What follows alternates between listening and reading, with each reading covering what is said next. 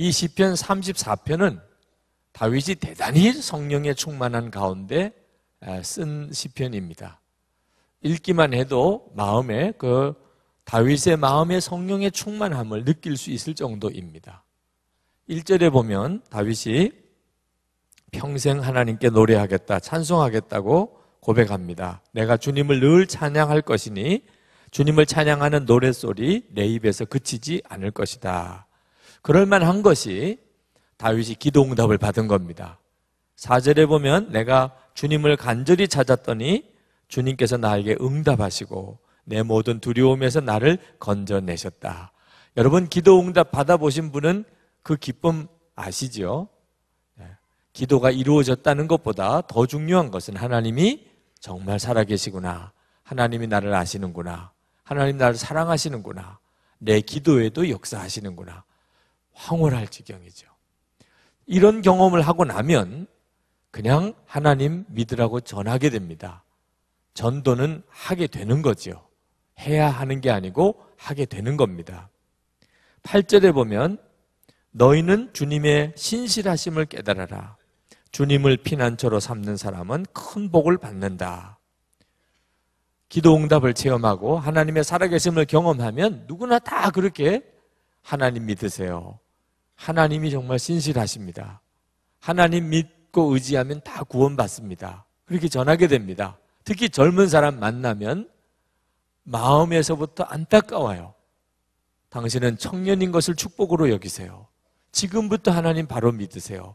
그렇게 말을 하게 됩니다. 11절에 젊은이들아 와서 내 말을 들어라. 주님을 경외하는 길을 너에게 가르쳐 주겠다. 여러분, 전도자의 이 심정을 가지고 있습니까? 여러분이 하나님을 경험하고 또 기도의 응답을 체험하면 그러면 다 전도자가 됩니다.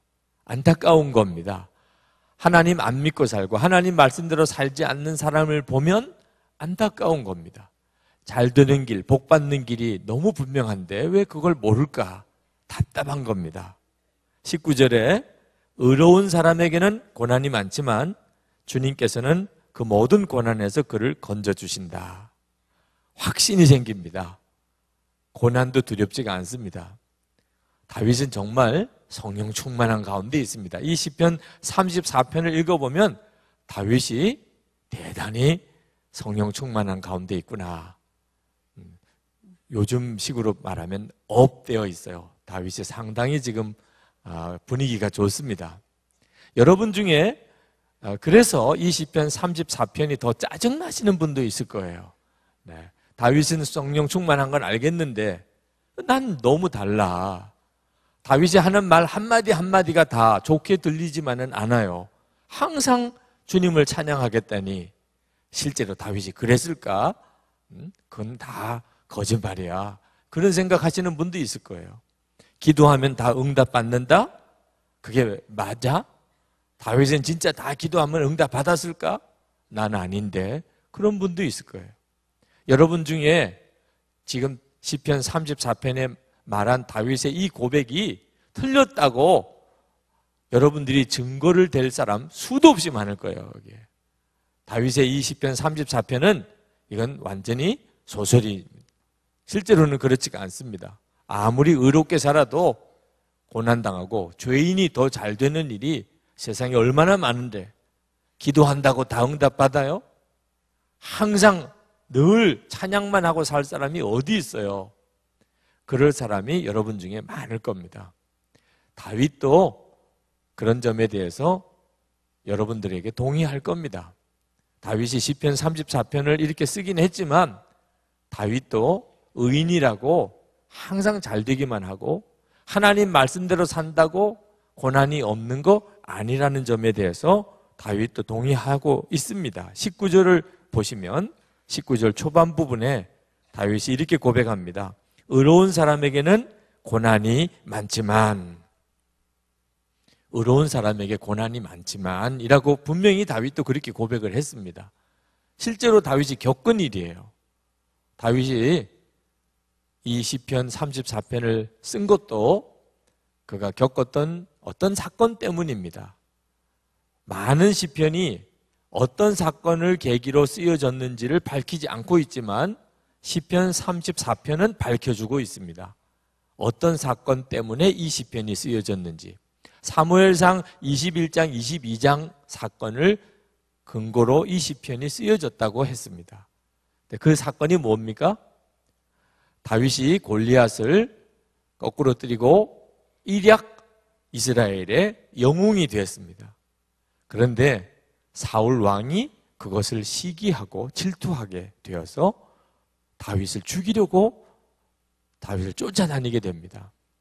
다윗은 정말 예상치 못했던 일이었습니다.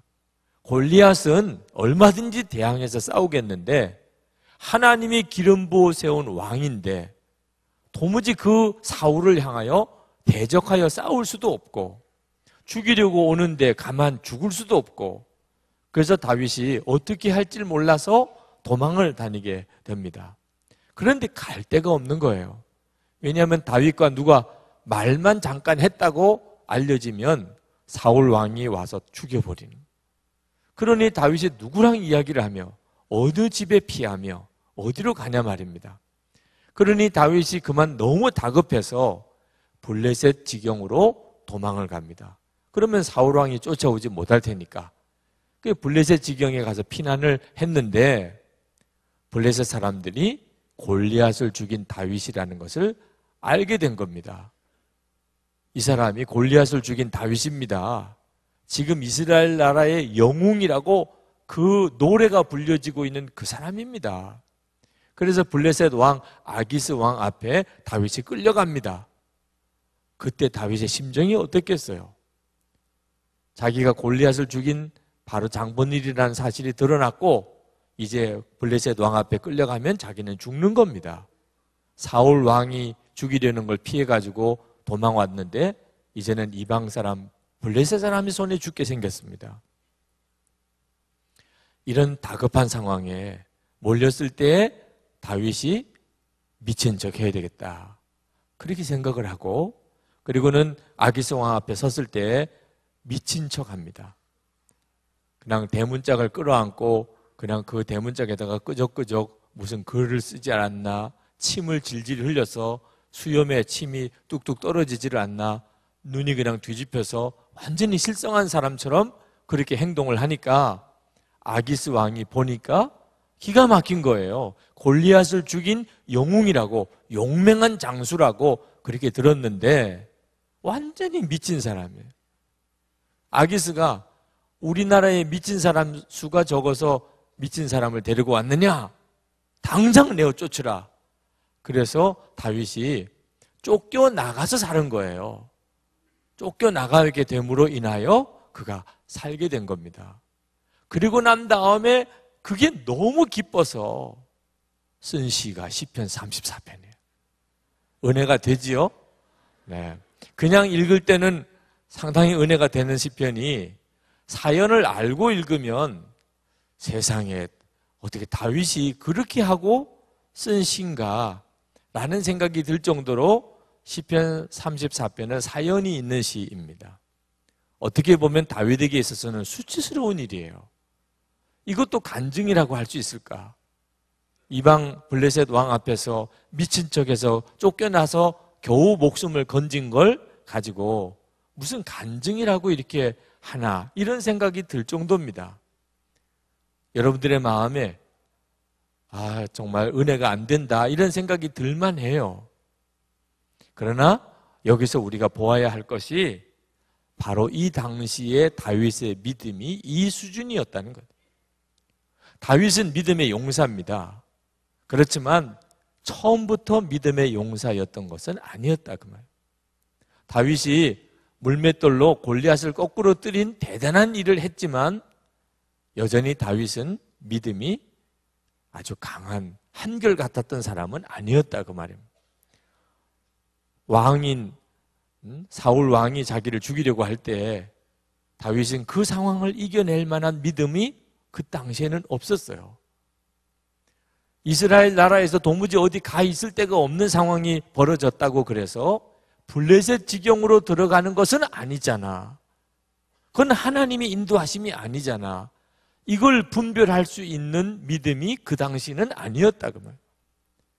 골리앗 앞에 서서는 그렇게 당당하게 나는 하나님을 의지하여 네 앞에 갔다고 그렇게 말했던 다윗이지만 상황이 아기스 왕 앞에 몰려갔을 때는 그만 미친 짓을 하면서 그러면서 겨우 위기를 모면해야 될 정도의 그런 믿음이었단 말이에요. 다윗이 그때는 그런 믿음이었다는 거예요. 하나님께서 그런 믿음의 다윗을 건져주신 거죠.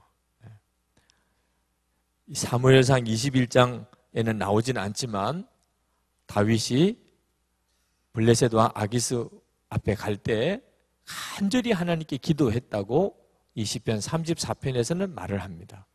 간절히 기도했어요. 너무 두려웠기 때문에.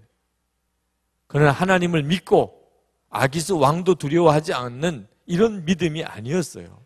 그때는 정말 무서웠다고 그랬습니다. 4절 말씀을 보실까요? 내가 주님을 간절히 찾았더니 주님께서 나에게 응답하시고 내 모든 두려움에서 나를 건져내셨다. 그래서 살아났어요. 다윗은 아기스 왕 앞에 섰을 때 그 마음 속으로는 하나님 살려주세요. 하나님 제가 여기서 죽을 수는 없잖아요. 하나님 저 어떻게 좀 해봐 주세요. 그가 속으로는 그렇게 간절히 기도하다가 그냥 미친 척 해야 되겠다. 그리고 미친 척을 했던 겁니다. 그때 아기스 왕의 눈에 다윗이 한 행동이 저거 꾸며낸 연극이구나 이렇게 볼 수도 있는 거죠. 그런데 그때 아기스 왕의 눈에 다윗은 한없이 불쌍한 사람처럼 보였어요. 저 사람은 군인도 아니에요. 죽이고 가치도 없어요. 죽일 가치도. 그래서 그냥 내쫓아라. 아기스 왕의 눈에 그렇게 보였단 말입니다. 하나님이 보호하신 거죠. 건져주신 겁니다. 다윗이 그렇게 고백하고 있어요. 이건 하나님이 나를 구원해 주신 것이에요. 그래서 아기스 왕 앞에서 쫓겨나오면서 그가 건짐을 받은 겁니다. 6절에 보면은 이 비천한 몸도 부르짖었더니 주님께서 들으시고 온갖 재난에서 구원해 주셨다. 다윗은 자기 자신을 비천한 몸이라고 표현을 했습니다. 자기가 생각해도 이건 정말 자랑할 만한 게 못 돼요. 나같이 불쌍한 놈이 또 있을까? 이방왕 앞에서 미친 척하면서 겨우 목숨을 건진 자기 모습을 생각하니까 정말 부끄럽기 짝이 없다. 그러나 그런 비천한 나도 하나님께서 간절히 기도를 했더니 들으시고 그 재앙에서 나를 구원해 주셨다. 이 정도만 해도 다윗에게는 놀랄 일이에요. 놀랄 일. 그 아기스 왕 앞에서 목숨을 건지고 살아나왔을 때 다윗은요, 그게 뭐 수치스럽다, 그게 간증이냐 이렇게 생각하지 않았어요. 다윗은 춤을 추도록 기뻤어요. 하나님이 나를 건져주셨습니다. 내 기도에 하나님이 응답해 주셨습니다. 나를 두려움 가운데서 건져주셨습니다. 나 평생 이제부터 노래하고 살 겁니다. 주님 노래하고 살 겁니다. 이제 다윗이 그랬습니다. 그때 당시에 다윗의 믿음으로는 이건 황홀한 것이었어요. 오늘 우리가 믿음의 용사였던 다윗도 이런 수준이었다는 사실을 기억할 필요가 있습니다. 혹시 여러분 중에도 세상에서 먹고 살자고 하니까 세상에서 먹고 살자니까 그냥 미친 척하는 수준에서 세상 사람들의 비유를 맞추고 두려운 위기 가운데 여러분이 위기를 모면하려고 그렇게 살다가 오늘 거룩하신 하나님, 만왕의 왕이신 하나님 앞에 나와 예배 드리고 있다는 마음의 갈등을 느끼고 있는 분들이 이 자리에 계실 겁니다. 난 믿음도 아니야. 오늘 이렇게 교회 와서 예배는 드리고 있지만 지난 한 주간 동안 내 삶은 이건 믿음도 아니야. 그런 스스로의 자책감 가지고 있는 분들이 오늘 여러분 중에도 있으실 겁니다. 다윗을 기억하시기 바랍니다. 다윗도 그랬습니다. 그런 수준이었어요. 그런 절대절명의 위기 가운데 있었지만 다윗에게는 겨자씨 같은 믿음이 있었습니다. 하나님은 살아계시고 하나님은 내 기도를 들으신다. 어떻게 해야 될지 모르겠어요. 이제는 꼼짝없이 죽었어요. 그래도 다윗은 속으로 간절히 기도했다고 그랬어요. 하나님 살려주세요. 건져주세요. 하나님은 그 믿음을 쓰셔서 다윗을 건져주셨습니다. 죽다가 살아난 거죠. 근데 그 죽다가 살아난 다음에 다윗의 믿음이 확 열렸습니다. 시편 34편은 그 기가 막힌 위기 가운데 절대절명의 상황에서 다윗이 건짐을 받고 난 다음에 다윗의 믿음이 엄청나게 커졌어요. 그것을 우리가 잃는 겁니다. 1절 말씀에 내가 주님을 늘 찬양할 것이라. 5절 말씀에 주님을 우러러 보아라. 내 얼굴에 기쁨이 넘치고 너는 수치를 당하지 않을 것이라. 7절에 주님의 천사가 주님을 경외하는 사람을 둘러 진을 치고 그를 건져주신다. 8절에 너희는 주님의 신실하심을 깨달아라. 주님을 피난처로 삼는 사람은 큰 복을 받는다.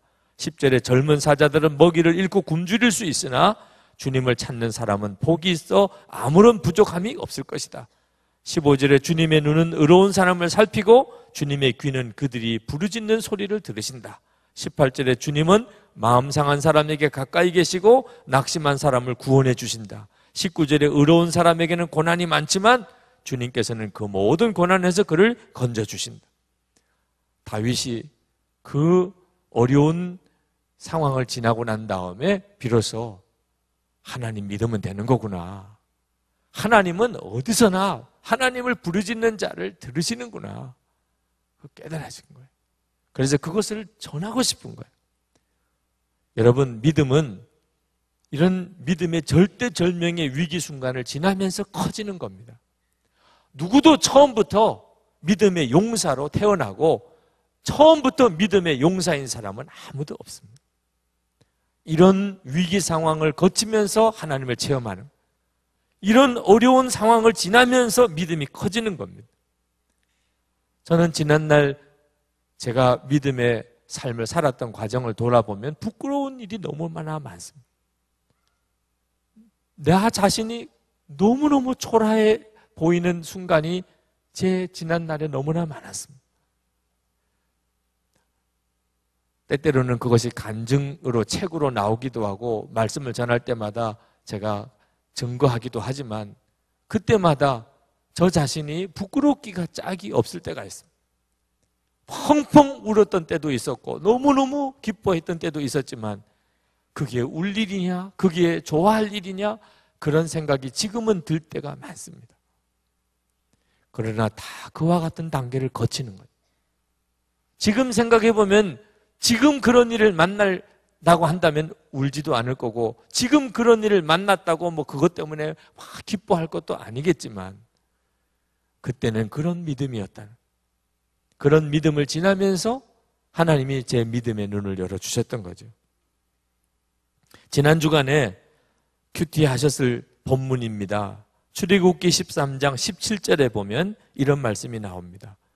출애굽기 13장 17절에 바로가 백성을 보낸 후에 블레셋 사람의 땅의 길은 가까울지라도 하나님이 그들을 그 길로 인도하지 아니하셨으니 이는 하나님이 말씀하시기를 이 백성이 전쟁을 하게 되면 마음을 돌이켜 애굽으로 돌아갈까 하셨습니다. 하나님께서 이스라엘 백성을 애굽에서 건져내실 때 여러분이 세계 지도를 보면 알다시피 지중해 쪽에 있는 해변을 따라서 가면은 며칠이면 가는 길이 가나안 길입니다. 그렇게 아주 짧은 곳이에요, 거리가. 그런데 하나님이 이스라엘 백성을 그 해변길로 인도를 못 하셨어요. 이유는 블레셋이라고 하는 족속에 살고 있었습니다. 하나님은 얼마든지 블레셋 족속을 멸하실 수가 있지요. 그런데 이스라엘 백성들이 믿음이 없는 거예요. 이스라엘 백성들이 믿음이 없으면 하나님도 아무 일을 못 하시는 겁니다. 하나님은 이스라엘 백성들이 어떻게 할 건지를 아셨어요. 블레셋을 만나서 싸워야 되는 순간이 오면은 하나님을 믿고 기도하고 하나님을 의지하고 그리고 그들과 같이 싸우려고 하지 않고 그대로 그냥 돌아서서 애굽으로 도망가 버릴 그런 이스라엘 백성인 것을 하나님이 아셨어요.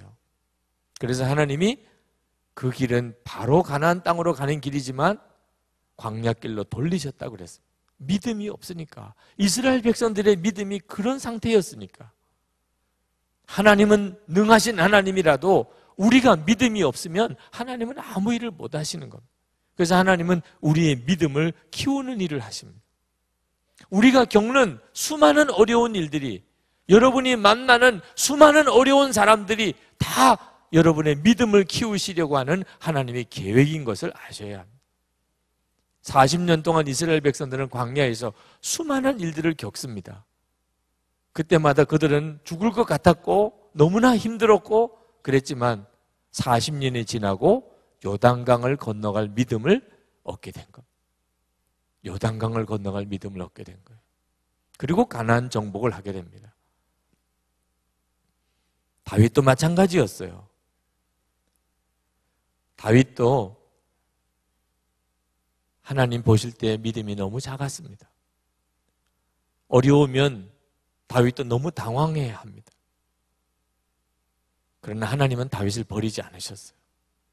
그런 모든 과정을 통하여 다윗의 믿음을 일으키셨습니다. 다윗은 죽을 것 같은 고비를 몇 번 지났습니다. 그런데 그 일을 지나면서 다윗의 믿음이 커졌어요.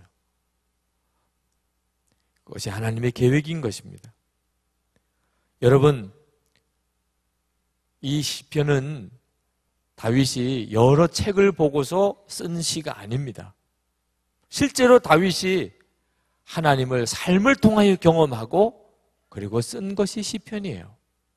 다윗이 하나님을 믿은 것은 실제로 경험을 해보고 그리고 하나님은 이런 하나님이시구나 그렇게 믿은 겁니다. 이론으로 학문적으로 배워서 믿은 하나님 아닙니다. 우리도 똑같습니다. 우리가 하나님을 어떻게 체험했느냐에 따라 우리의 믿음이 달라지는 겁니다. 다 하나님을 믿지요. 그렇지만 우리가 믿는 하나님은 다 다릅니다. 어떤 사람이 바다를 가서 보았습니다. 야, 이게 바다구나. 너무너무 광활한 바다를 보면서 감동을 받았습니다. 그렇게 바다를 아는 사람도 있습니다. 어떤 사람은 실제로 그 바다 속에 뛰어 들어가서 수영을 했습니다. 이게 바다구나. 실제로 바다에서 헤엄을 쳐보고 바다를 느껴본 사람도 있습니다. 어떤 사람은 스킨스쿠버 장비를 가지고 바닷속 깊은 곳까지 내려가서 거기서 바다 속에 있는 그 기가 막히게 아름다운 장면, 아름다운 고기들을 다 보았습니다. 이야, 바다가 이렇게 황홀한 것이구나. 그렇게 바다를 경험한 사람도 있습니다. 배를 타고 먼 대양으로 나가서 거기서 넘실거리는 파도를 며칠씩 그 바다에서 지내면서 바다를 경험한 사람도 있습니다. 바다 똑같지요. 그렇지만 실제로 바다에 대해서 아는 것은 다 다릅니다. 사람들마다. 하나님도 마찬가지입니다. 하나님을 믿을 때 어떤 하나님을 체험했느냐에 따라서 그 믿음은 다 다릅니다. 우리가 하나님을 제대로 체험하려면 반드시 하나님의 말씀대로 살아보아야 됩니다. 하나님의 말씀대로 순종해 보아야 비로소 하나님이 어떤 하나님인가를 내가 실제로 체험으로 알게 됩니다. 그래서 다윗이 12절에서 14절까지 고생을 해도 바보 취급을 당해도 의롭게 살아라. 악한 말 하지 말아라. 거짓말 하지 마라. 선한 일 하라고. 그렇게 권하는 겁니다. 실제로 다윗 자신이 경험해 보니까 하나님의 말씀대로 살아봐야 하나님을 경험하게 된다는 겁니다. 12절부터 보실까요? 인생을 즐겁게 지내고자 하는 사람 있습니까? 좋은 일 보면서 오래 살고 싶은 사람 있습니까? 그렇다면 내 혀로 악한 말 하지 말고 내 입술로 거짓말 하지 말고 악한 일은 피하고 선한 일만 하여라. 평화를 찾기까지 있는 힘을 다하여라. 어려운 일이죠. 여러분에게 하나님이 주시는 말씀입니다. 여러분의 믿음이 비참합니까?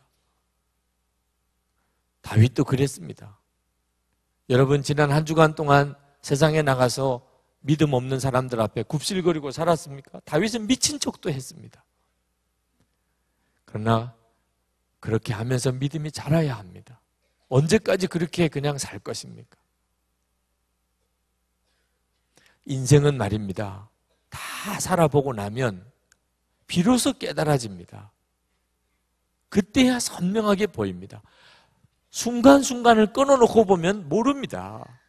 무엇이 진짜 진리인지 모릅니다. 순간순간을 끊어놓고 보면 이 시편 34편은 이해가 안 됩니다. 믿어지지가 않습니다. 그런데 인생을 다 살고 난 다음에 보면 시편 34편은 진리입니다. 이 말씀이 옳습니다.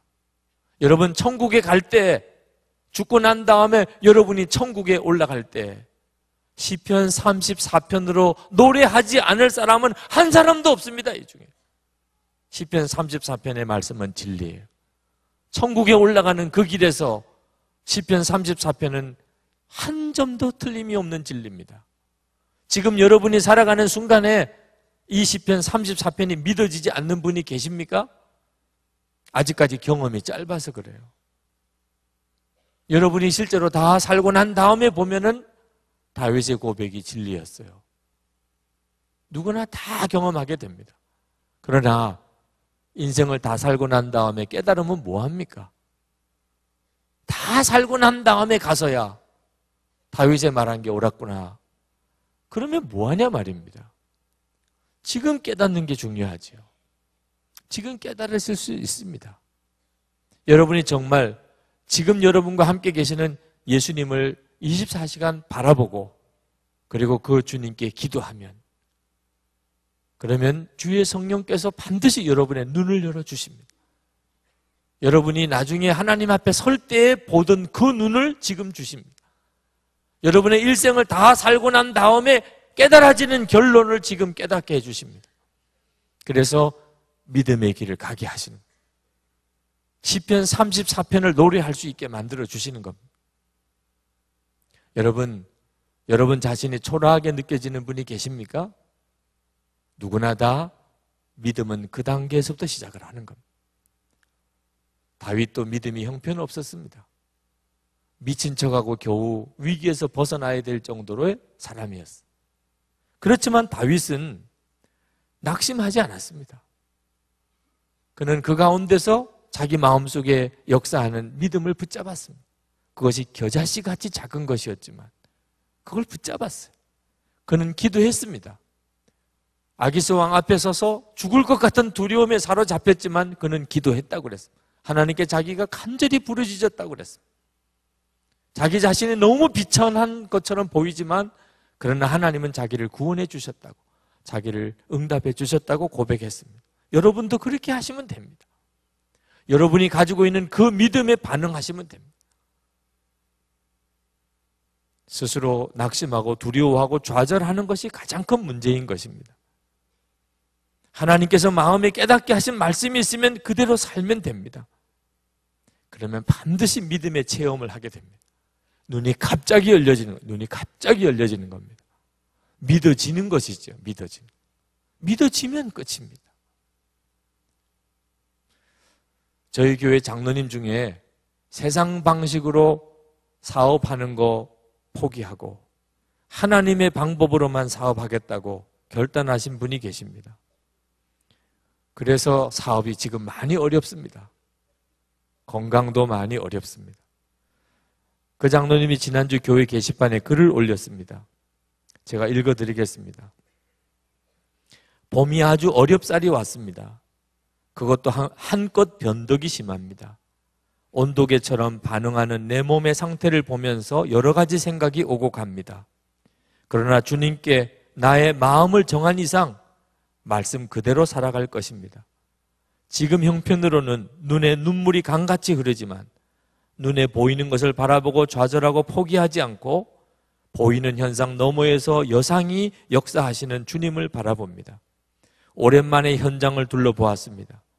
언제나처럼 체질에 딱 맞는 직업이라는 생각을 갖습니다. 처음 영업을 배우고 현장을 스케치하며 밤을 새워 설계하던 팀원 간의 따뜻함이 아직도 눈에 선합니다. 새로운 회사를 설립하고 아내와 몇 날 밤을 새며 설계하던 일들이 어제인 듯 싶습니다. 어려운 때를 많이 지났습니다. 살아가다 보면 굴곡이야 늘 있는 것이지만 아주 혹독한 훈련입니다. 그런데 지금의 이 어려운 형편이 더 좋다는 생각이 듭니다. 어려움에 서 있어 보지 않고야 어떻게 고난 가운데 회사를 이끌어가는 사람들의 어려움을 상상이나 할 수 있겠는가 하는 생각입니다. 분명 세상 속에서 살아가지만 소금이면 짜야 하고 빛이면 드러내어 부끄러움이 없어야 할 것입니다. 중간지대에서 좋은 것만 바라고 취한다면 세상에 속한 사람들과 무엇이 다를까요? 다름을 선포하고 조금은 힘든 길을 택합니다. 남이 가지 않은 길, 고난이 예상되는 길이지만 고난도 은혜입니다. 이런 사람은 반드시 믿음의 용사가 됩니다. 지금 가지고 있는 것이 약하지만 부족해도 그래도 하나님은 우리에게 질그릇 안에 보배를 주셨습니다. 그 믿음에 반응하시면 됩니다. 여러분이 가지고 있는 그 믿음에 반응하시면 됩니다. 우리에게 닥치는 시련과 시험은 우리 믿음을 자라게 하시는 하나님의 도구입니다. 그래서 시련에 감사하고 오히려 내게 시험하는 사람에게 감사하시기 바랍니다. 문제를 보아도 예수님 안에서 보아야 됩니다. 성령 충만한 눈으로 봐야 됩니다. 그래야 정확하게 보입니다. 여러분 문제가 많으신 분이 계십니까? 그러면 기록하십시오. 그냥 정확하게 기록하십시오. 지금 여러분이 겪고 있는 어려움을 그냥 기록하십시오. 나중에 간증거리가 될 것이니 정확하게 기록하십시오. 그리고 주님이 어떻게 하라고 지시하시는 것을 들으십시오. 어떻게 하라고 주님이 말씀하시는 것을 들으십시오. 그리고 나는 죽었습니다. 고백하십시오. 그러면 선명하게 깨달아집니다. 나는 죽었습니다. 분명하게 선언하십시오. 그러면 주님이 원하시는 말씀이 분명하게 들립니다. 그리고 순종하시기 바랍니다. 그러면 시편 34편은 여러분의 노래가 됩니다. 여러분의 노래가 될 것입니다. 그렇게 되기를 축복합니다.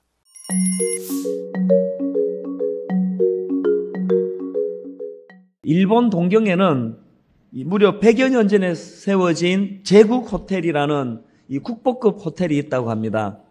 이 호텔은 프랭크 L. 라이트라고 하는 이 미국 건축가가 건축한 건물인데 이 라이트가 그 호텔 공사를 맡은 다음에 많은 비난을 받았다고 합니다. 왜냐하니까 이 사람이 얼마나 굼뜨게 기초공사를 하는지 기초공사하는 데만 무려 2년의 시간을 소요하더라는 겁니다. 공사 기간이 늘어나니까 건축비도 늘어나가지고 예상했던 건축비의 2배 더 되는 그런 건축비를 지불을 했다고 합니다.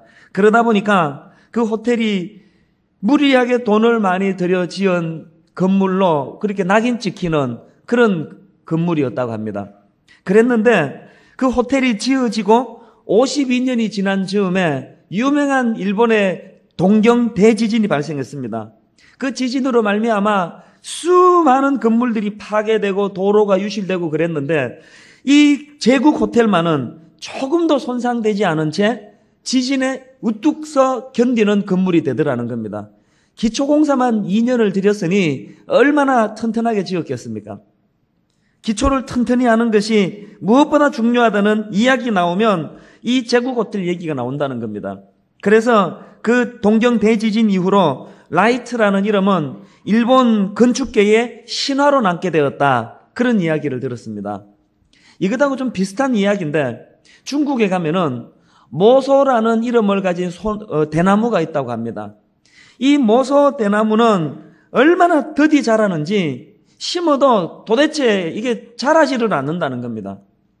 무려 5년 동안 전혀 자람이 없는데 그 5년 동안 이 모소 대나무가 뭘 하는가 알아보니까 위로 이 대나무가 뻗어나기보다는 그 5년 동안 깊이 뿌리를 내린다는 겁니다. 그래서 이 모소 대나무가 쓰면은 그 땅 아래쪽에는 굉장히 얽히고 설킨 많은 뿌리들이 자리를 잡는다는 겁니다.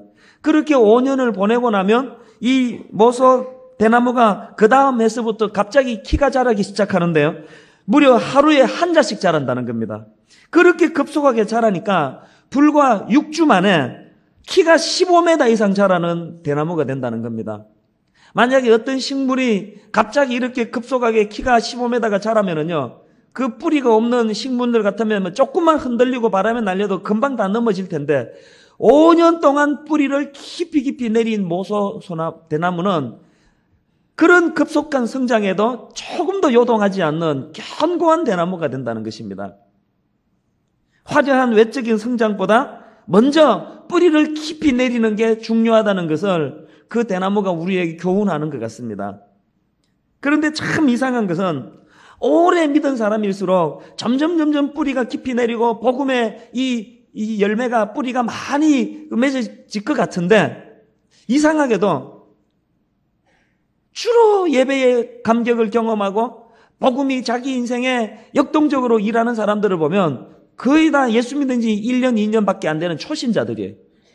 분당 우리 교회는 비교적 그래도 복음의 감격을 경험하는 오래 믿은 분들이 상당히 많이 나오는 편입니다만 그럼에도 불구하고 전체적인 것들을 규합해 보면은 여전히 이 교회도 주로 복음을 생생하게 경험하고 감격하는 분들은 신앙 연조가 그렇게 오래되지 않은 분들입니다. 왜 이런 현상이 일어날까요? 저는 오늘 그런 마음을 가지고 참 아픈 마음을 가지고 이런 현상들을 바라보다가 로마서 1장 15절을 발견했습니다. 로마서 1장 15절에서 바울이 권면하는 그 말씀이 메아리처럼 제 마음속에 울림이 있습니다. 이렇게 기록되어 있습니다. 그러므로 나는 할 수 있는 대로 로마에 있는 너희에게도 복음 전하기를 원하노라. 왜 이게 중요한 메시지인가 하면요, 여기서 바울이 복음 전하기를 원하는 대상이 누구냐 하는 겁니다. 그 대상은 로마에 있는 너희라고 표현되는데 이 로마에 있는 너희가 누군가 봤더니 그들이 불신자가 아니더라는 겁니다. 7절을 한번 보십시오. 로마에 있어 하나님의 사랑하심을 입고 성도로 부르심을 입은 모든 자에게 하나님 우리 아버지와 주 예수 그리스도로 쫓아 은혜와 평강이 있기를 원하노라. 지금 바울이 복음 전하기를 갈망하는 그 사람들이 불신자가 아니고 이미 예수 그리스도를 영접한 신자들이라는 거예요. 신자도 그냥 뭐 대충 믿는 사람이 아니고 8절에 보니까 첫째는 내가 예수 그리스도로 말미암아 너희 모든 사람을 인하여 내 하나님께 감사함은 그 다음 보세요. 너희 믿음이 온 세상에 전파됨이로라. 지금 바울이 그토록 복음 전하기를 갈망하는 그 대상 너희가 누구냐 했더니 믿음 좋아가지고 온 사방에 소문이 퍼져나가는 로마 교회 성도들이라는 것입니다. 이게 뭘 의미하는 것일까요? 이 말씀 속에는 굉장히 중요한 영적 원리가 담겨져 있습니다. 우리는 복음 전한다 하면은 그 다 불신자라 생각합니다. 예수 모르는 사람에게 복음을 전해야지 이렇게 말하는데 바울은 이미 예수 잘 믿는다고 소문이 나 있는 로마 교회 성도들에게 복음 전하기를 내가 갈망하고 있다 이렇게 이야기하는 것입니다. 이게 왜 필요할까요? 현실적으로나 또 신학적인 이론으로 보나 이 바울의 생각은 진리라고 저는 믿습니다. 오래 예수 믿은 사람들, 그들에게 복음이 필요해요. 오래 교회 문턱을 밟고 다닌 수많은 사람들에게 오늘 복음의 능력이 계속적으로 공급되지 않기 때문에 고목나무와 같은 그런 죽어있는 신앙생활하는 경우가 너무 많더라는 것입니다. 오늘 설교 말씀을 기본으로 돌아갑시다. 설교 제목을 영적 모소 대나무가 됩시다 이렇게 쓰고 싶었는데 너무 심오해서 못 알아들을 것 같아서 이게 무슨 뜻인지 모를 것 같아서 제가 여기 기본으로 돌아가자는 거예요. 이 뿌리를 좀 내리자는 것입니다. 이런 마음을 가지고 저는 복음과 관련해서 한 3가지 사실을 여러분들에게 권면드리고 싶습니다. 첫째로는 복음의 능력을 경험해야 한다는 것입니다. 복음의 능력을 경험하는 성도들 되시기를 바랍니다. 16절에 보니까 내가 복음을 부끄러워하지 아니하노니 이 복음은 모든 믿는 자에게 구원을 주시는 하나님의 능력이 됨이라. 첫째는 유대인에게요 또한 헬라인에게로다. 여기서 이 능력이라는 단어는 헬라어 원어로 보니까 두나미스라는 단어예요. 이 두나미스라는 단어는 영어 단어 다이나마이트의 어원입니다. 바울이 위대한 사도가 될 수 있었던 것, 그는 다이나마이트와 같은 파괴력을 가진 복음의 능력을 경험했다는 거예요. 다메섹 도상에서 살아있는 복음의 능력이 자기 심령 속에 터뜨려지니까, 그리고 나서 그 이후로 자기 삶이 바뀌어진 이후로 날마다 삶 속에서 이 다이나마이트와 같은 강력한 복음의 능력을 경험하니까 인생이 바뀌어지더라는 것입니다. 오늘 우리 인생을 송두리째 바꾸어 놓을 수 있는 복음의 능력을 경험하게 되시기를 바랍니다. 이 복음의 능력을 경험하면 복음을 부끄러워하지 않아요. 여러분들 가운데 교회 나와가지고는 무슨 집산에 어째나 설치고 다니면서 직장에만 나가면 여러분이 불교 신자인지 천주교 신자인지 기독교 신자인지 도무지 알지도 못하고, 술자리 가면 불교 신자, 천주교 신자, 또 어느 자리 가면 무슨 신자, 이런 식으로 복음을 부끄러워하는 성도들이 꽤 된다고 저는 생각해요. 가만히 여러분 내면을 들여다보면 여러분은 복음의 능력을 경험한 적이 없는 분들입니다. 복음의 능력을 경험하면 복음이 자랑스러워져요. 복음의 능력을 경험하면 내가 예수 믿는다는 사실이 부끄럽지 않습니다. 바울이 내가 복음을 부끄러워하지 않는다고 이렇게 이야기하고 있습니다. 한국의 많은 교회들의 슬픈 게 이거예요. 어떤 분이 참 의미 있는 말을 했습니다. 수류탄은요, 터뜨려가지고 그 파괴력으로 적을 섬멸하려고 만든 무기입니다. 그런데 어떤 멍청한 병사가 이 수류탄이 무게도 묵직하고 쇳덩어리니까 이걸 저 인민군 이 대가리에다 집어 던져가지고 뇌진탕 끌려 죽여야 되겠다고. 그래서 그 불철주야 안전핀도 뽑지 않고 수류탄 가지고 적의 그 머리를 향하여 집어 던지고 있다면 이런 정신 나간 병사가 어디 있습니까? 그런데 불행하게도 오늘 교회 안에서 일어나는 일들을 가만히 보면 그 멍청한 병사와 같은 이런 일들이 교회 안에서 실제로 일어나고 있더라는 거예요. 복음이 터트려져야 돼요. 내 의지, 내 능력, 내 어떤 말재주 이런 걸 가지고 목회하고 이것 가지고 교회를 이끄는 게 아니고 복음이 일하시도록, 복음이 터트려지도록. 근데 교회 현장에서 복음이 잘 터지지를 않아요. 청소년 사회 갈 때 보니까 주일학교를 들여다봐도 선생님들이 죽을 고생이에요. 이 복음 한 방 터지면 아이 심령이 다 뒤집어지는데 복음이 터지지를 않으니까 선생님들이 맨 땅에다 헤딩하는 것처럼 고생들을 너무 많이 해요. 우리 성가대 찬양을 들을 때마다 막 가슴이 얼마나 울렁거리는지 몰라요. 이런 찬양 듣기가 쉽지 않습니다. 그것도 돈도 안 내고 공짜로 듣기가. 얼마나 찬양이 주옥 같으세요. 그런데 이거 그저 나온 줄 아세요? 이제 이게 다 끝나면 또 저기 가서 뭐 조그만한 거 국수 한 그릇 또 먹고 찬양하는데 연습실도 없는 데서부터 또 연습 얼마나 많이 하는지 몰라요. 그런데 제 마음속에 저렇게 화음 내려고 애쓰고 노력하고 수고하는 그 성가대원들 가운데 복음이 터뜨려지지 않은 사람이 있을까 봐 두렵다는 거예요. 복음이 터지지 않는 성가대원들이 암만 깨꼬리 같은 소리를 내봐야 그거 맨 땅에다 헤딩하는 거 아니겠습니까? 그러니까 이 교회가 복음이 터지지 않으니까 이 신앙생활이 힘든 거예요. 이 봉사하는 사람들 주일날이 죽일날이 됐어요. 죽일날이. 피곤하다. 이거 안 할 수도 없고 맨날 뭐 수요일날 나오라 그러고 토요일 새벽에 나오라 그러고 이 집사 직분을 받아가지고 체면에 있어서 안 갈 수는 없고 가면은 사람이 이거 뭐 죽겠고 지겨워가지고 이런 일들이 일어나니까 교회가 참 슬퍼지는 거예요. 저는 이 어려운 때에 우리 개인의 심령도 그렇고 우리 가정도 그렇고 우리 교회도 그렇고 복음이 터지기를 바라요. 심령 속에 그 두나미스라고 표현되는 다이너마이트와 같은 복음이 터뜨려지면은 우리들의 심령에 활력이 생겨난다는 것입니다. 그래서 고린도전서 1장 18절에는 십자가의 도가 멸망하는 자들에게는 미련한 것이요. 제가 제 버전으로 이렇게 쉽게 생각을 해봤습니다. 복음의 이 수류탄이 터뜨려지지 않는 그 현장은 그 십자가가 고철덩어리, 쇳덩어리에 불과하지만 오늘도 이 복음이 터뜨려지는 것, 구원을 얻은 우리에게는 이 복음이 하나님의 능력이라는 사실을 알게 된다는 사실입니다. 수류탄이 안 터지니까 고철덩어리 취급을 받는 거 아닙니까? 오늘 우리가 심령 속에 미련하기 그지없는, 이론으로 말하면 미련하기 그지없는 이 십자가의 도가 오늘 우리 심령 속에 터뜨려짐으로 말미암아 그 조그마한 보잘것없는 그 쇳덩어리에 불과한 줄 알았던 이 수류탄이 심령 전체를 뒤집어 놓고도 남는 하나님의 능력이라는 두나미스, 다이너마이트의 위력이라는 사실을 경험하는 여러분들 되시기를 바랍니다. 오래 예수 믿어 오래 신앙생활에 교회를 너무너무 잘 알고 있지만 복음이 고철덩어리에 불과한 어떤 분 이 자리에 계시다면 오늘 예배 가운데 이 복음의 수류탄이 터뜨려지는 은혜가 있기를 바랍니다. 두 번째로 복음의 감격을 회복해야 한다는 사실입니다. 이 복음은 글자 그대로 기쁜 소식 혹은 복된 소식이라는 뜻입니다. 뭐가 복된 소식입니까? 범죄함으로 말미암아 하나님과 원수된 우리, 범죄함으로 말미암아 우리 인생의 지도를 잃어버린 우리, 범죄함으로 말미암아 영안이 감겨져 가지고 도대체 눈에 보이는 세계밖에 볼 수 없는 이 미련한 우리를 위하여 예수 그리스도가 하나님과 우리 사이에 복된 가교를 놓아주시기 위하여 십자가를 주셨다는 이 사건, 이걸 복음이라 그럽니다. 이 복음을 마음속에 경험하면 감격이 와요. 복음의 감격, 구원의 감격이 뭘 의미합니까? 첫째는 나 같은 거 구원해 주신 하나님에 대한 감사를 의미하는 거예요. 둘째는 구원받은 자로서의 기쁨을 그렇게 표현하는 거예요.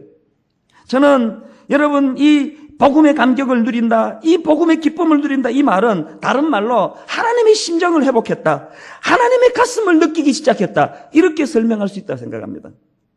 실제로 이 로마서에서 가장 많이 등장하는 단어가 하나님이라는 단어입니다. 무려 153번 등장합니다.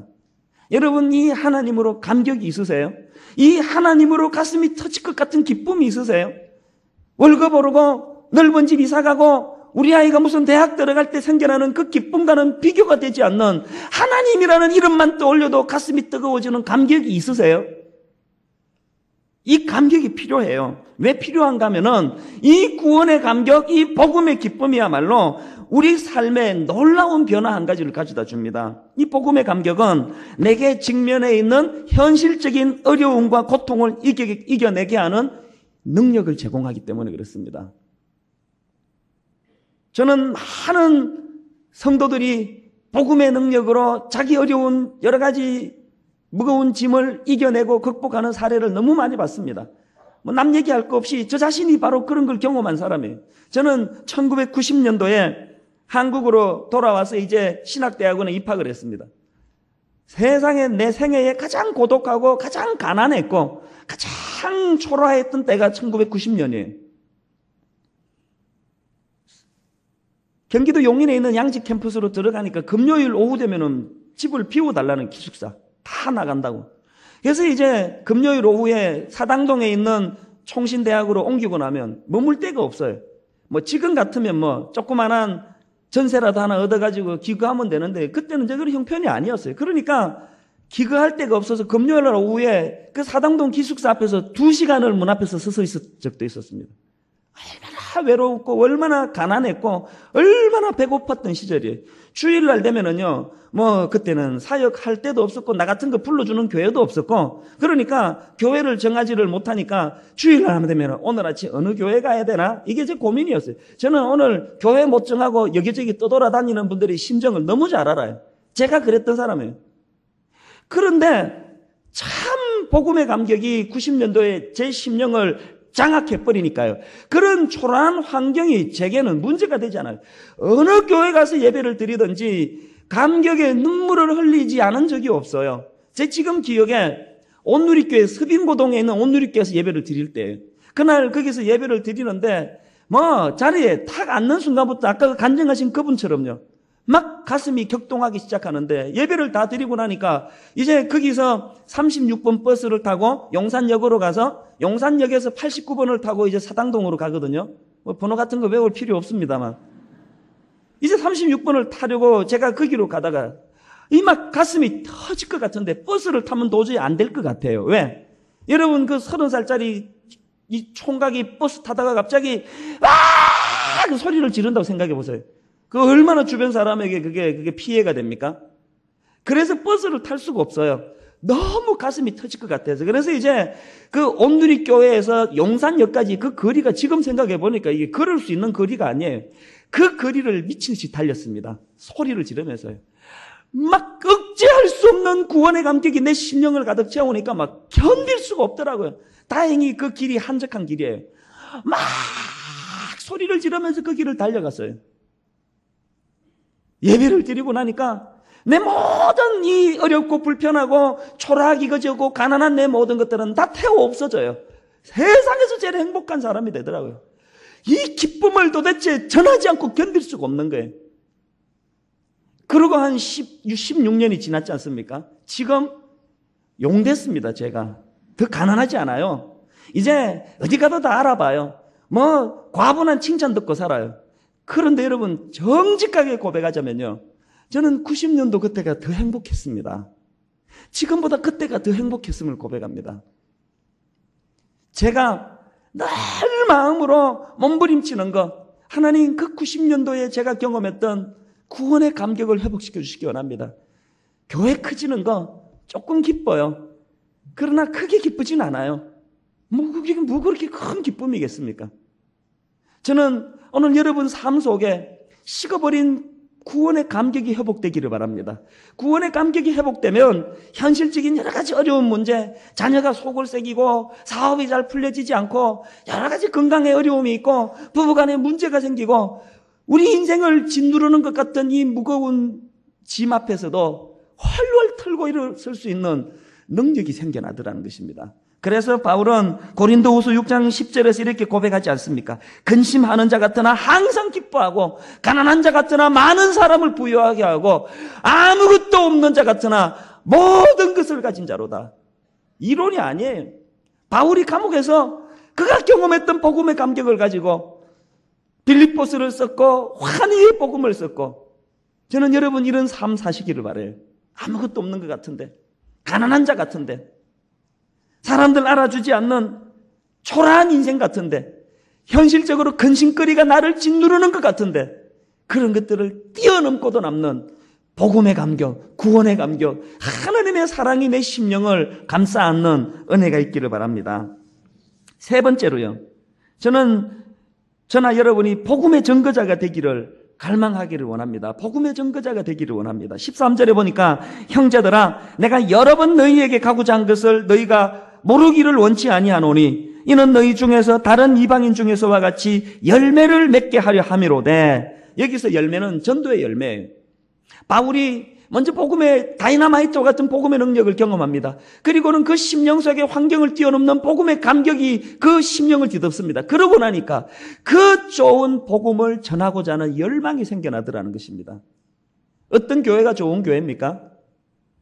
오늘 이런 의미에서 우리가 이 역사 앞에, 이 시대 앞에 한 교회가 사람 많이 모이고 이제 독립하게 됐고 이제 뭐 어디다가 교회를 짓고 집 짓고 우리 교회 짓기만 하면 이제 10,000명은 뭐 이건 뭐 식은 죽 먹기다는 식으로 이렇게 지금 흥분하고 있을 때가 아니라 차분하게 기본으로 돌아가서 하나님 이 영적 현상을 우리가 어떻게 바라봐야 합니까?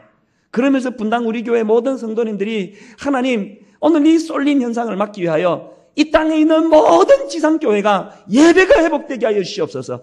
이 땅에 있는 모든 지상교회의 복음이 터뜨려지게 하여 주시옵소서. 오늘도 복음이 터뜨려지면은 이 모든 이상한 쏠림 현상이 다 회복될 줄로 믿습니다. 하나님이 교회가 예배가 회복되는데 마음을 쏟는 교회 되기를 원합니다. 이런 몸부림이 우리에게 필요하다는 사실입니다. 분당 우리 교회가 이 점에서 한번 본을 좀 보이자는 거예요. 우리가 예배의 감격을 회복하고 이 기쁨을 이웃들에게 전하고 우리 이웃에 있는 많은 교회들도 똑같은 복음의 감격, 구원의 감격을 누리면서 다시 한번 이 교회가 영적으로 회복이 필요하다는 사실입니다. 결론을 맺으려고 합니다. 저는 분당 우리 교회 모든 성도님들이 모쏠이라는 그 대나무처럼 뿌리를 깊이 내리는데 애쓰는 성도님들 되시기를 바랍니다. 이 교회 담임 목사인 저부터가 흥분하고 들떠가지고 막 어떻게 열매를 맺을 것인가 혈안이 돼 있지 않기를 스스로가 몸부림을 많이 치고 있습니다. 분당 우리 교회가 사람이 몇천 명 모이는데 관심 쓰지 않기를 바랍니다. 그건 하나님의 주권에 속해요. 보내주시고 빼가시는 건 하나님이 하세요. 우리는 그냥 본질만 살리면 돼요. 뿌리만 내리면 돼요. 복음만 살아있으면 돼요. 복음의 감격으로 눈물 없이 예배를 드릴 수 없는 수많은 성도들이 오늘 예배 가운데 배출되기를 주님 이름으로 축원합니다.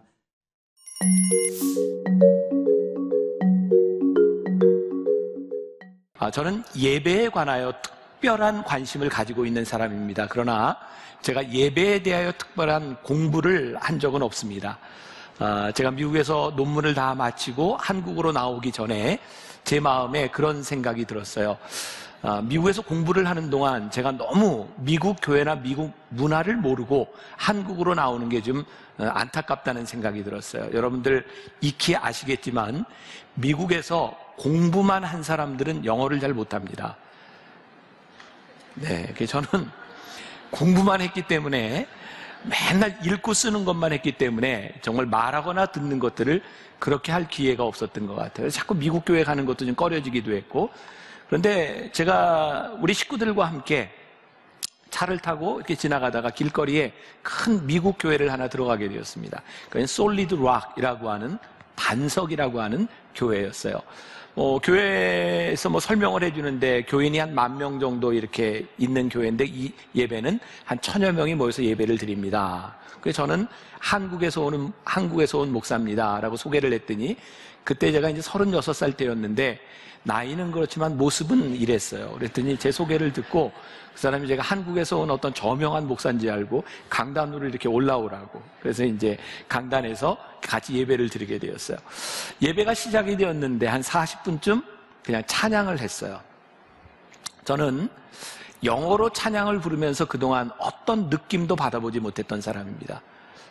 근데 찬양하는 중에 제가 처음으로 영어 찬양 가운데 성령님이 임재하시는구나, 그리고 찬양하는 중에 제가 눈물을 흘리기 시작했어요. 너무너무 감격스러웠어요. 그래서 40분의 찬양이 끝나고 난 다음에 그 교회 여자 목사님이 나와서 40분 동안 설교를 했습니다. 그리고 설교를 마치고 난 다음에 그 여자 목사님의 남편 목사님이 나와서 기도회를 인도하기 시작했어요. 40분 정도를 인도했습니다. 벌써 한 2시간 정도 예배가 지나갔는데 저를 놀라게 한 것은 그 마지막 목사님의 광고였습니다. 여러분, 아쉽지만 저녁에 다시 모입시다.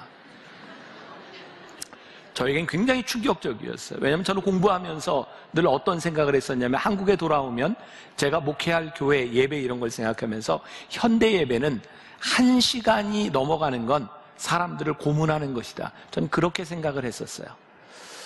그런데 2시간 예배를 드리고도 아쉽지만 다시 모입시다 라고 하는 그것에 저의 호기심이 발동을 했어요. 무슨 예배일까? 그래서 제가 한국으로 나오기 전에 흔히 미국의 유명한 교회들을 한번 돌아봐야 되겠다는 생각이 들었습니다. 그래서 이민 가방으로 가방을 다 싸가지고 식구들과 함께 LA에서 열흘 정도를 있으면서 교회를 다니기 시작했어요. 그때까지 저는 미국에 있는 교회들이 소위 많이 죽어가고 있다 이런 이야기를 들었는데, 제가 찾아간 교회는 전혀 그런 모습들이 없었습니다. 사람이 많다는 것만으로는 설명될 수 없는 예배에 뜨거움이 있었어요. 제가 이런 생각을 했습니다. 예배가 살아있는 교회가 성장하는구나. 제 포인트는 성장에 있지 않습니다. 예배가 살아있을 때 그 예배 가운데 회중이 그 모이는 모습, 이게 뭔가가 있다는 거였어요. 그리고 제가 LA에 있는 교회들을 쭉 방문하게 되었을 때 지금도 제일 인상에 남는 것은, 한 교회는 주일 낮 예배 시간, 여러분 놀랄 준비를 좀 하셔야 돼요. 낮 예배 시간이, 주일 예배가 3시간 반을 드립니다. 여러분 견딜 수 있으시겠어요?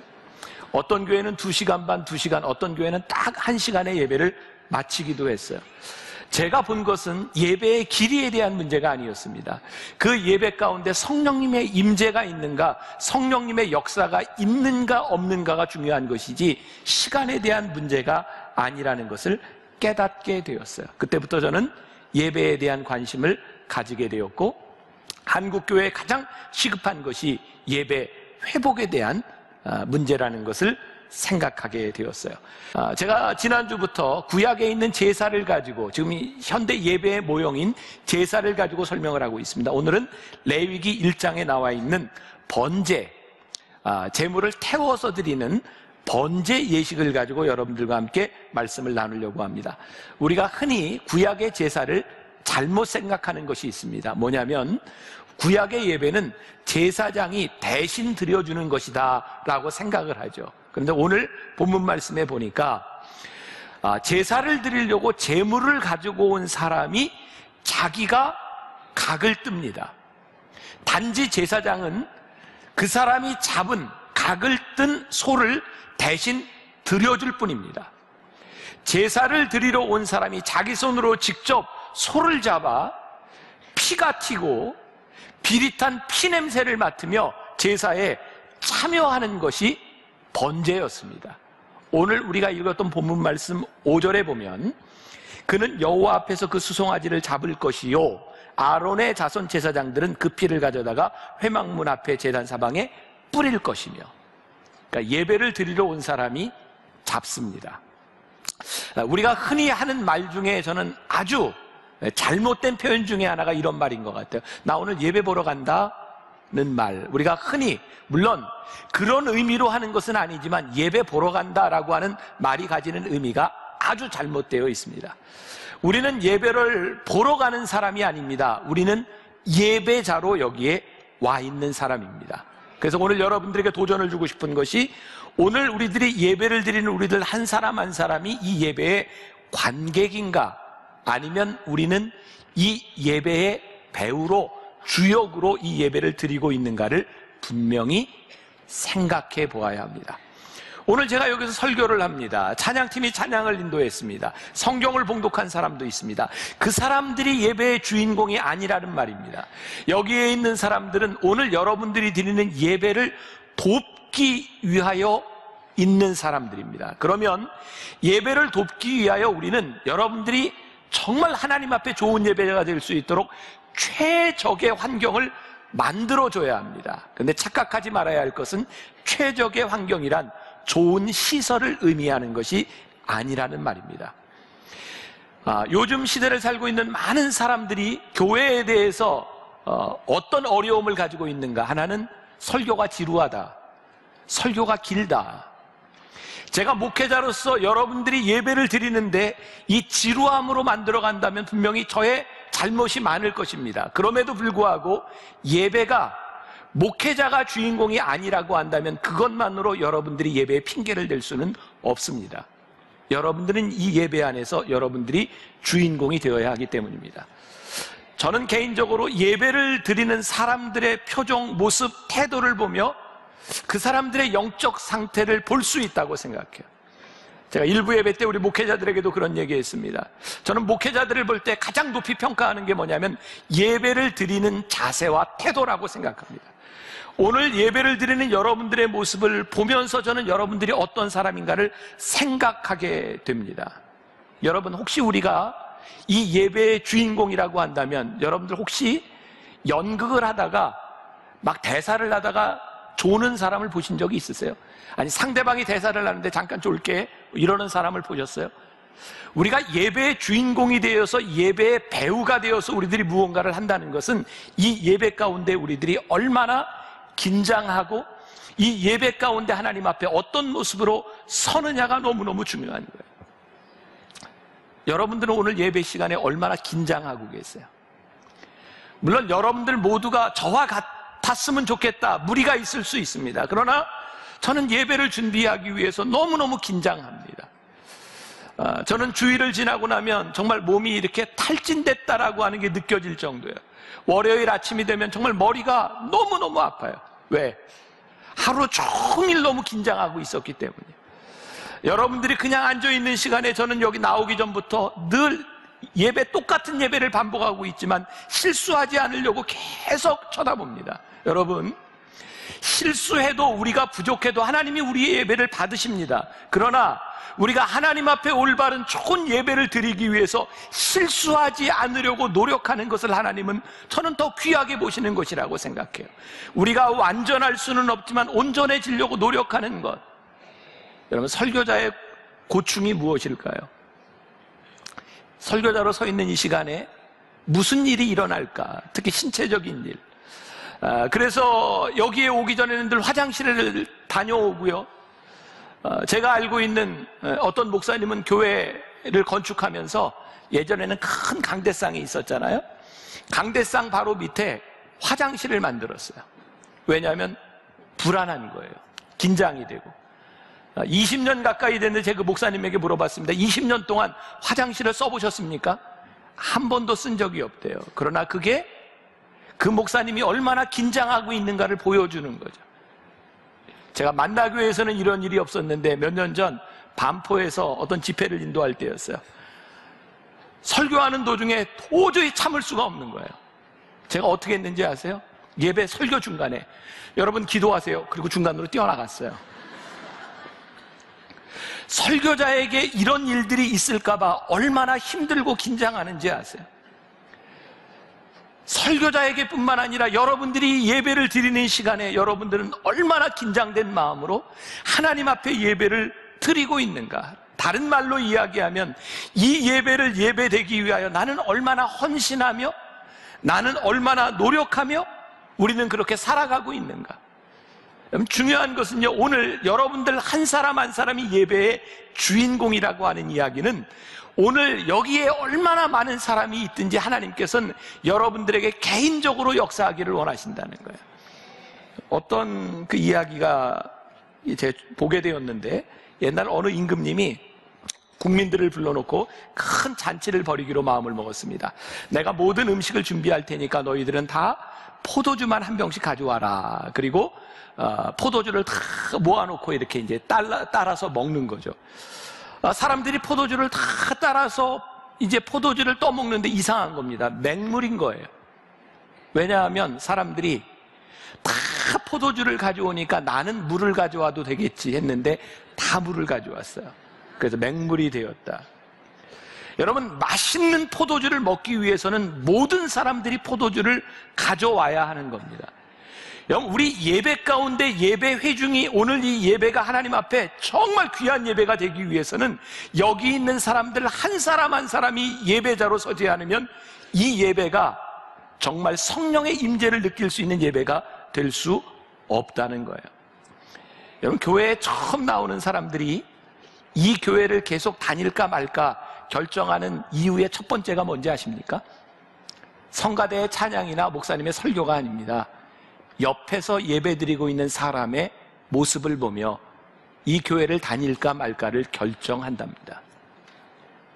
또 옆에를 쳐다보는 분이 계시네요. 네. 오늘 우리가 어떤 예배자로 우리들이 여기에 서 있는가? 제가 지난주에 여러분들에게 이런 말씀을 드렸어요. 여러분, 화목제에 대한 이야기를 들으면서 여러분, 하나님의 말씀을 가지고 여러분들이 세상에 나가 말씀대로 살았던 간증을 가지고 오십시오. 오늘 여러분들이 이 예배 시간에 나올 때 일주일을 하나님의 말씀대로 살기 위하여 치열하게 살았던 간증이 있다면 오늘 이 예배가 얼마나 충만한 예배가 되겠습니까? 우리들에게 얼마나 감격스러운 그런 예배가 되겠습니까? 오늘 말씀 가운데 우리들이 주목해야 될 것이 있습니다. 2절 말씀. 이스라엘 자손에게 말하여 이르라. 너희 중에 누구든지, 여기에 표시를 좀 하세요. 누구든지 여호와께 예물을 드리려거든 가족 중에서 소나 양으로 예배를 드릴지니라. 자, 여기 누구든지 무슨 말이에요? 모든 사람들이 예배에 참여한다는 말입니다. 그리고 이 모든 사람들이 누구든지 할 거 없이 자기 손으로 재물을 잡는다는 거예요. 동물을 죽이며 내 죄가 얼마나 무섭게 죽는지를 경험하는 겁니다. 하나님은 거룩하신 하나님입니다. 그래서 동물을 죽으며 내 죄가 사해진 그 고백을 가지고 우리는 예배 시간에 나오는 겁니다. 그러므로 우리는 우리의 손으로 우리의 죄를 우리가 고백해야 되는 거죠. 또 중요한 말씀입니다. 3절. 그 예물의 소의 번제이면 흠없는, 여기에 표시를 하시고 수컷으로 회막문에서 여호와 앞에 기쁘게 받으시도록, 여기에도 표시를 하세요. 흠없는과 기쁘게 받으시도록. 자, 우리들이 어떤 예물을 가지고 올 수도 있습니다. 그때 어떤 소든지 가지고 올 수 있습니다. 그런데 오늘 말씀해 보니까 흠없는 제물을 가져와라. 흠없는 제물은 아무거나 가져오는 것이 아니라 골라서 가져왔다는 거예요. 창세기 4장에 보면 유명한 가인과 아벨의 제사가 나오고 있습니다. 가인은 어떤 제사를 드렸죠? 그의 소산 중에 일부를 하나님께 드렸습니다. 아벨은 어떤 제사를 드렸죠? 그의 양의 첫 새끼를 드렸습니다. 농산물이 비쌌는지 아니면 양이 비쌌는지 그것은 별로 중요하지 않습니다. 그런데 하나님께서 가인의 제물은 받지 않고 아벨의 제물을 받으셨어요. 그런데 이렇게 제물을 바꿔봅시다. 가인은 자기 소산 중에 가장 좋은 것으로 드렸고 아벨은 자기 양의 새끼 중에 하나를 드렸다. 누구 것을 받으시겠습니까? 여기에서 중요한 것은요, 구별되었다는 겁니다. 그래서 오늘 여러분들에게 또 하나 도전하고 싶은 것 중에 하나가 무엇이냐면, 여러분들이 오늘 이 예배 시간에 나오기 위하여 여러분들이 준비한 것은 무엇이냐 하는 거예요. 제가 언젠가도 그런 말씀 드렸죠. 저는 개인적으로 토요일에 화를 내지 않으려고 노력하고, 제 안에는 아무리 나쁜 일이 있어도 화날 수 있는 일을 저에게 이야기하지 않으려고 합니다. 그러나 그게 완전할 수 있습니까? 노력하는 거죠. 주일에 저는 최고의 컨디션을 유지하려고 노력합니다. 그래서 가능하면 일찍 자고 충분히 잠을 자고, 주일날 4번, 5번 설교하는 중에 제가 최상의 컨디션을 유지하려고 합니다. 그런데 그게 잘 되지를 않아요. 저도 수십 년 설교를 하고 이렇게 많은 설교를 했는데 토요일만 되면 주일날 설교할 것 때문에 잠이 잘 오지를 않아요. 어제도 일찍 자려고 누웠다가 결국은 뒤척이고 결국은 수면제를 먹고 잤어요. 왜? 오늘 제가 잠을 충분히 자지 않으면 좋은 컨디션으로 여기 설 수 없기 때문에 그냥 밤을 지샐 수 없는 거예요. 주일날 가끔 저희 교회에서 장로님들과 회의를 할 때가 있어요.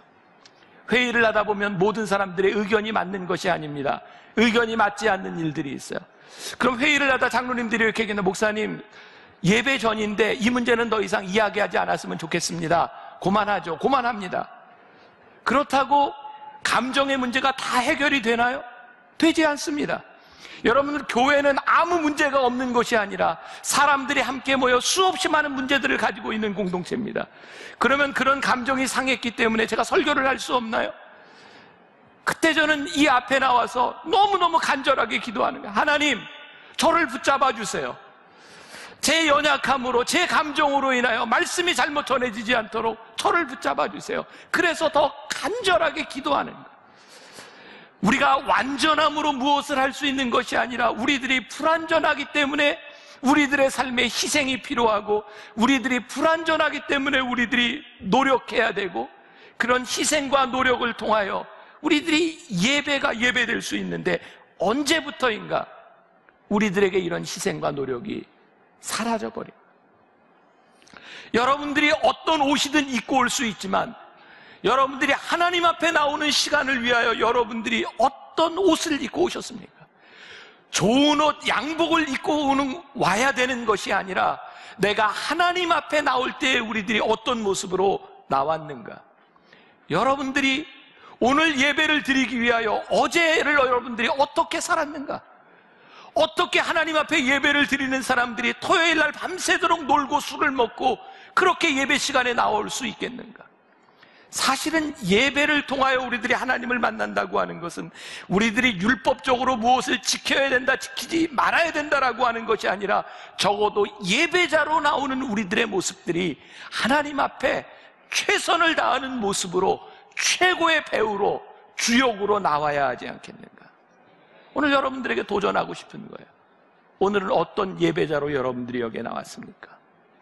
또 중요한 것 중에 하나가 하나님이 기쁘시게 받으시도록, 예배는 하나님 중심으로 하나님이 기뻐하셔야 하는데 우리들은 예배 행위 가운데 많은 부분들을 나 중심적으로 생각한다는 거죠. 예배가 하나님 중심이 되지 아니하고 예배가 형식이 될 때가 참 많다는 거죠.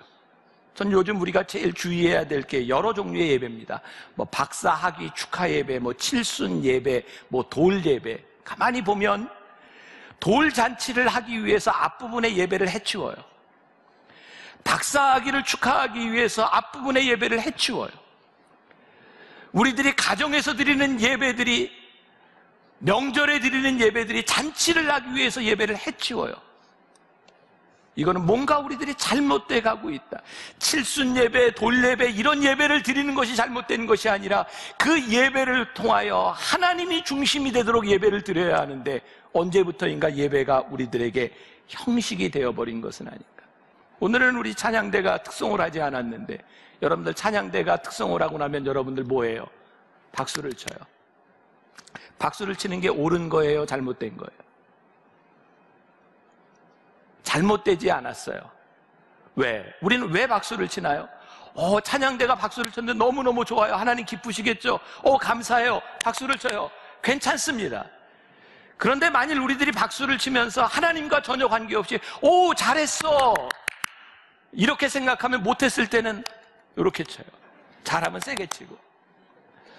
찬양대가 찬양하라는 것은 그들이 부족할지 모르지만 때로는 이것이 하나님을 찬양하는 것 때문에 감사해요, 이것이 찬양을 드리고 우리들이 박수를 칠 수 있는 이유인데, 우리는 하나님께 드리는 것을 하나님 중심으로 생각하지 않고 내 마음에 들었느냐 내 마음에 들지 않았느냐를 가지고 판단할 때가 참 많다는 거예요.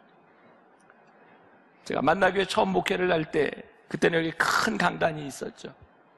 강단에 제가 빨간 글씨로 굵게 기도는 3분 이내에 써놨었어요. 왜냐하면 기도하는 장로님들의 기도가 가끔 길어요. 그러면 기도 시간에 잠들면 예배 끝날 때까지 못 깨어나요. 제가 종종 그런 생각을 했어요. 기도가 나쁜 건 아닌데 기도 때문에 예배가 방해될 수 있다는 거예요. 왜? 이 예배 시간에 기도가 하나님을 향하여 우리 성도들에게 도움이 되어야 되는데, 장로님이 어떤 분은 자기가 하고 싶은 이야기를 해요. 기도는 한풀이가 아니에요. 하나님을 향하여 예배를 돕는 일들이 돼. 만일 제가 설교를 하면서 오늘 이 시간에 제가 하고 싶은 이야기를 마구 하고 있다고 하면 이것이 여러분들 예배에 무슨 도움이 되겠어요? 하나님을 기쁘시게 하도록 기도를 준비하고 설교를 준비하고 찬양을 준비하고 하나님을 기쁘시게 하도록 여러분들이 예배 시간에 준비가 되어질 때 이 예배가 하나님 앞에 드려질 수 있는 예배인데, 오늘 우리들에게 제일 위험한 것이 뭐냐면 영적 매너리즘입니다. 가만히 보세요. 영적 매너리즘이 뭐예요? 그냥 이제 가는 대로 가는 겁니다. 영적 매너리즘에 빠지면 자기의 편리한 것을 추구합니다. 내가 편하면 오고 내가 편치 않으면 안 오고, 매너리즘에 빠지는 순간 지극히 이기적인 현상들이 나타나기 시작합니다. 어느 순간부터 내가 편안한 방식으로 예배를 드리기 시작합니다. 저는 우리 교회 예배를 5개를 이렇게 주일날 이렇게 만들어 놓고 여러분들에게 여러분들이 예배 드릴 수 있는 편한 곳에 오셔서 예배 드리세요 라고 하는 것은 그 예배에 여러분들이 주인공이 되도록 준비를 하는 것이지, 여러분들이 오는 시간이 매너리즘에 빠져서 내가 제일 편리한 시간에 되는 대로 온다라고 생각한다면 그 예배는 헌신이 없어요. 저는 요즘 이런 생각을 합니다. 우리들이 지금 의도적인 고난과 의도적인 불편을 경험할 수 없을까? 우리들이 이 예배 시간에 나오면 여러분들이 예배자가 되기 위해서 예배 순서와 예배 준비하는 부분들 가운데 내가 의도적으로 당할 수 있는 고난은 무엇인가? 내가 의도적으로 당할 수 있는 불편함은 무엇인가? 사실은 이 고난과 불편함 가운데 우리들이 예배를 드릴 때 우리들에게 다가오는 감격은 조금 다른 차원의 문제일 텐데, 저는 이런 표현도 쓰고 싶어요. 불편함과 자기 희생이라고 하는 것은 자기를 죽이는 것입니다. 여러분, 오늘 예배를 드리면서도 여러분들은 얼마나 내 중심적으로 여기에 나와 있는지, 내가 원하는 것만을 추구하면서 이곳에 나와 있는 것은 아닌지, 제가 여러분들을 불편하게 하는 것에 대한 변명을 하려는 것이 아닙니다. 어쩌면 우리들에게 조금은 적극적인 불편과 적극적인 고난이 필요한 것은 아닐까. 1981년에 보스턴 마라톤에서 우승한 사람이 토시히토 세코라고 하는 일본 사람입니다. 그 사람에게 물었답니다. 당신은 어떻게 훈련을 했습니까? 토시히토가 이렇게 대답을 합니다. 저는 아침에 10km, 저녁에 오후에 12km를 달립니다. 매일 22km, 365일, 그는 8,000km를 달렸습니다.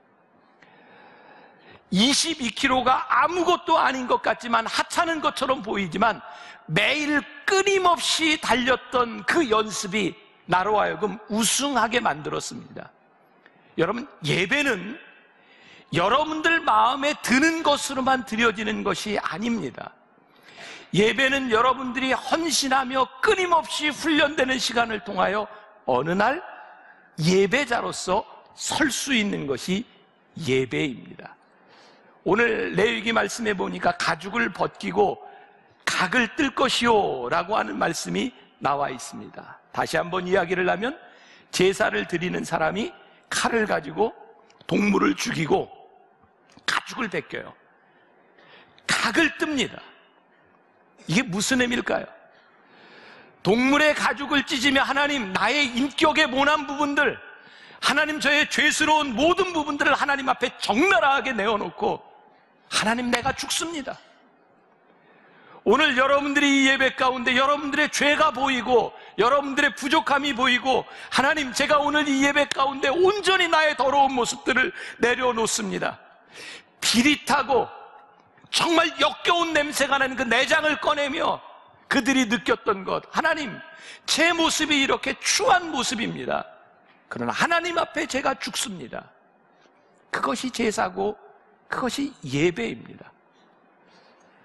레위기 5장으로 넘어가면 속건제라고 하는 것이 나옵니다. 속건제는 두 가지 죄가 있는데 하나는 성물에 대하여 지은 죄, 또 하나는 사람에 대하여 지은 죄입니다.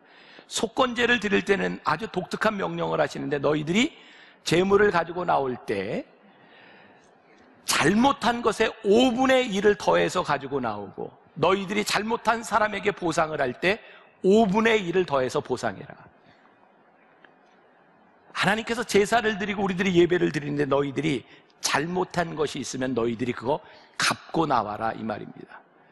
우리는 때때로 예배를 드리는 일과 우리들의 삶을 분리해서 생각할 때가 많이 있습니다. 그런데 구약의 제사를 보니까 너희들이 잘못한 것을 철저하게 갚고 나오는 것이 그것이 제사라는 거예요. 자, 오늘 이 시간 여러분들이 한번 생각해 보세요. 혹시 여러분들로 인하여 누군가 손해를 본 사람이 있습니까? 이 중에 누군가에게 빚을 진 사람이 있습니까? 근데 문제는 우리들이 빚을 갚을 만한 능력이 없는 사람이 있다는 거예요. 빚을 지었으면 네가 잘못한 것이 있으면 그걸 갚고 나와야 되는데 갚을 능력이 없는데 어떡합니까? 제가 언젠가 이재철 목사님의 책을 읽다 보니까 그런 이야기가 나오더라고요. 갚을 능력이 없으면 솔직하게 그분에게 찾아가서 당신의 사정을 이야기하십시오. 고통스러운 일입니다. 부끄러운 일입니다. 그러나 내가 잘못하고 내가 빚진 일로 인하여 누군가 힘들어하고 있는데 그 힘들어하는 사람들을 그냥 놔두고 뻔뻔하게 여기 와서 예배를 드리는 것 하나님이 기뻐하시지 않는다는 겁니다. 당신이 잘못한 것으로 인하여 고통스럽지만 가서 잘못을 비십시오. 당신에게 문제를 해결할 능력이 없을지 모르지만 무릎을 꿇고 비십시오. 하나님께서 어떠한 방법으로 역사하실지, 아니 당신이 무릎을 꿇고 비참하고 힘들어하는 그 모습만으로도, 그 아픔만으로도 하나님은 여러분들을 예배자로 만들어 주실 것인데 우리는 우리가 잘못한 것들에 대하여 회개하지 않고 잘못을 구하지 아니하고 나올 때가 참 많이 있어요. 하나님, 우리가 예배자로 서기까지 우리들에게 참 많은 고통의 시간이 필요하군요. 우리가 예배자로 이 자리에 서서 하나님 앞에 예배자가 된다고 하는 것이 그렇게 쉬운 일이 아니군요. 우리의 손으로 짐승의 각을 뜨고 피냄새를 맡고 역겨운 내장의 냄새를 맡는다고 하는 것은 그렇게 쉬운 일이 아니군요. 빌레몬서 1장에 보면 사도 바울이 옥중에서 만났던 영의 아들 오네시모에 대한 이야기가 나옵니다. 그의 영적으로 나온 아들이었어요. 그는 노예였습니다. 주인을 피해 도망 나왔던, 무슨 죄를 지었는지 모르지만 감옥에 있던 그가 사도 바울의 영적 아들이 됩니다. 오네시모가 감옥을 나오게 되었을 때 사도 바울이 이야기합니다. 너의 주인을 찾아가라. 용서를 빌어라. 사도 바울이 편지를 써줍니다. 빌레몬서. 그리고 오네시모의 주인에게 이 사람이 잘못한 것이 있으면 내가 갚겠습니다. 나에게 올려주십시오. 뭘까요? 오네시모가 영적인 아들이 되었는데 오네시모를 하나님의 사람으로 쓰기 위하여 해결할 것이 있었다는 거예요. 내가 주인에게 가서 너의 잘못한 것을 빌어라. 어쩌면 거기 가서 죽임을 당할지도 몰라요. 근데 오네시모에게 그 어려운 일을 시킵니다. 사랑하는 여러분, 우리 예배자로 살아갑니다. 이게 무슨 의미일까요? 우리가 하나님 앞에 예배를 드립니다. 이것이 무슨 의미일까요? 그렇게 낭만적이고 그렇게 매너리즘에 빠져서 그렇게 쉽게 할 수 있는 것이 예배가 아니라 어쩌면 예배를 드리기까지 우리들이 당해야 되는 고통이 있어요. 여러분들이 해결해야 되는 문제들이 있어요. 제가 여러분들에게 이런 도전을 드립니다. 제가 1월 들어서부터 계속 하고 있죠. 오늘 예배가 여러분들에게, 오늘 설교가 여러분들에게 무엇입니까? 간단하게 정리해 보세요. 그리고 오늘 말씀을 들으니 내가 이렇게 결단해야 되겠습니다. 그 여러분들에게 있어야 합니다. 여러분들, 제가 여러분들에게 시키는 마음을 이해를 하세요. 제가 오래 들었으면서 너무 안타까운 거예요. 우리가 도대체 설교를 듣고 예배를 드리고 나가서 사는데 변화가 없어요. 삶의 결단이 일어나지 않아요. 이게 이렇게 가서는 안 되겠구나. 말씀을 가지고 살아가는 우리들에게 변화와 능력이 나타나야 되는데, 말씀을 가지고 살아가던 우리들이 주일에 나올 때 간증을 가지고 나와야 되는데 이게 없어요. 피냄새가 나지를 않아요. 자, 여러분들에게 정말 간곡히 제가 부탁드리고 싶습니다. 말씀을 듣고 정리하고 결단하고 실천하세요. 제가 잠깐 시간을 드릴 테니까 옆 사람에게, 나 오늘 말씀을 듣고 이런 생각을 했어, 이런 말씀이야, 나 한 주를 이렇게 살 거야, 옆 사람에게 한번 입으로 나눠주세요.